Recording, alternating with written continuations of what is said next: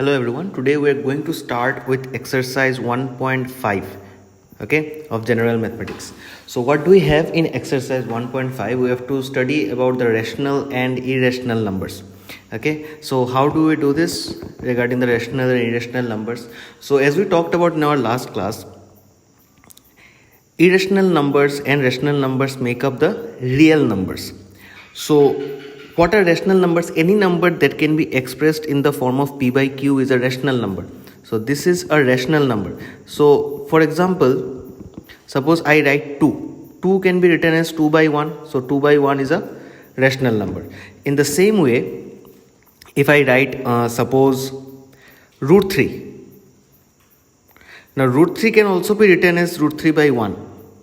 But we had another property that we looked into, and that was which number will be called rational, if the number is terminating or if the number is non-terminating but recurring.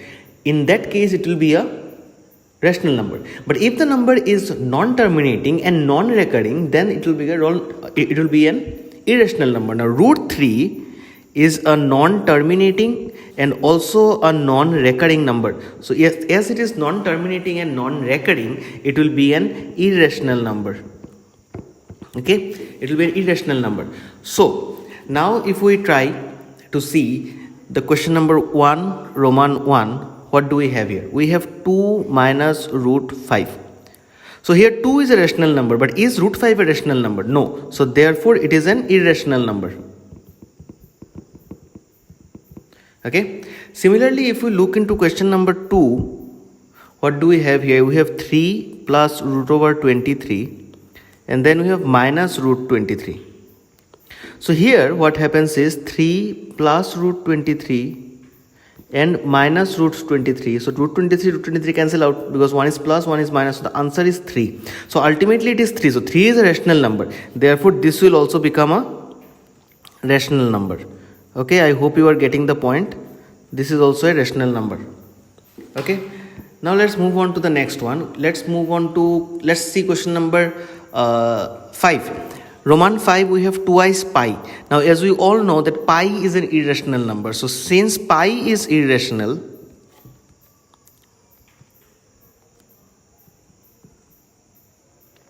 therefore twice pi is irrational. So that is how we solve question number 1. Now let's move on to question number 2. In 2 we have to simplify. Now simplification is very easy. We have to break the brackets and we have to just keep on multiplying. So what we have here is 2 Roman 1.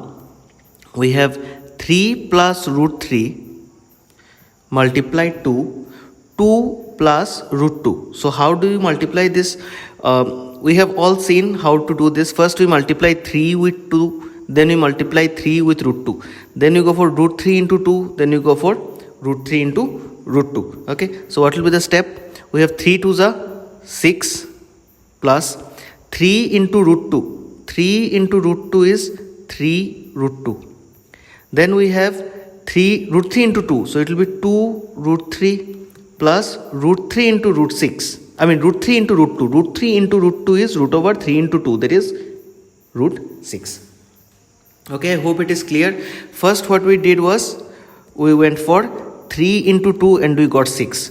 Then we did 3 into root 2. So we got 3 root 2. Then we had root 3 into 2. So we had 2 root 3. And then root 3 into root 2, that is root over 6. This is the answer. You cannot go for more simplification because the terms are not, these are all irrational numbers and you can't add these. So because the irrational part, that is root 2, root 3, root 6, these are not same. So you cannot add them any further. So this is the final answer. Let's move on to our next question. That is question number 2. So what do we have in question number 2? We have 3 plus root 3 into 3 minus root 3. If you remember some of the formulae in algebra that you studied, one of the formulae were a plus b into a minus b. And what was the formula? A plus b into a minus b is a square minus b square. So we can apply this formula here. See, it is of the form of a plus b and a minus b. So what we can do, it will be a square, that is 3 square minus root 3 square. So what we get here, 9 minus root 3 square is square and root will cancel. So we will get 9 minus 3, which is equal to 6. So that's how you solve Roman 2. If you look into question number 3, how we solve it. In 3 we have root 5 plus root 2 whole square. So you know a plus b whole square formula. It is a square. So it will be root 5 square plus 2 into root 5 into root 2 plus root 2 squared. So it is square root cancels out. So we have 5 plus 2. Root 5 into root 2 is root over 10 plus square root cancels out. We have 2. So ultimately the answer is 7 plus 2 root 10. Okay. I hope you get the point. These are very simple sums. You try the others by yourself. I will do one more, and that is question number 5. Let's try question number 5. What we have here is 3 root 5 minus 4 root 3 whole square. So how do we do this? This is a minus b. This is a minus b whole square. A minus b whole square. From this formula you have to write. So what is the formula? A square minus twice ab plus b square. So it will be first term square minus twice ab. That is 3 root 5 into 4 root 3 plus 4 root 3 whole square. So 3 square is 9 and root 5 square is 5. So 9 into 5 is 45. I hope you got it. 3 square is 9 and root 5 square is 5 because root and square will cancel. So it will be 9 into 5, that is 45, minus 2 3s are 6, 6 4s are 2 3s are 6 and 6 4s are 24. 24 root over, that is root 5 into root 3, that is root over 15, and plus 4 square is 16 and root 3 square is 3. So it is 16 into 3, that is 48. And finally one more step, 45 plus 48 will give us 93 minus 24 root 15. This is the answer. 93 minus 24 root 15. Okay, so it was simple. It was a minus b whole square is equal to a square minus 2ac plus b square. So here 3 square is 9 and root 5 square is 5. So 9 5s are 45. Here 2 into 3 into 4 is 24. And root 5 into root 3 is root 15. Similarly 4 square is 16 and root 3 square is 3. So 16 3s are 48. So 45 plus 48 is 93 minus 24 root 15. That's how you solve it. Okay, so if you look into question number 3. Recall, pi is defined as the ratio of the circumference of a circle to its diameter. That is, pi is equal to c by d. This seems to contradict the fact that pi is irrational. How will you resolve this contradiction? So in this question, there is a trick actually. So we are doing question number 3. And it is saying that pi is equal to circumference by diameter. So the answer what we need to write in this case is, see, they have said that pi is the ratio of circumference and diameter. Now circumference will be a rational number, diameter will be a rational number. That means c by d will also be a rational number. So in that case, pi becomes rational. But we know that pi is an irrational number. So how do we tackle this controversy? Now see, in order to find the circumference or diameter, you will use a scale or a tape, right? Now whenever we use a scale or a tape, suppose you use one scale, you use this line and you get a value, suppose it is between 3 and 4. Suppose it is between 3 and 4 and you get a point 3.5.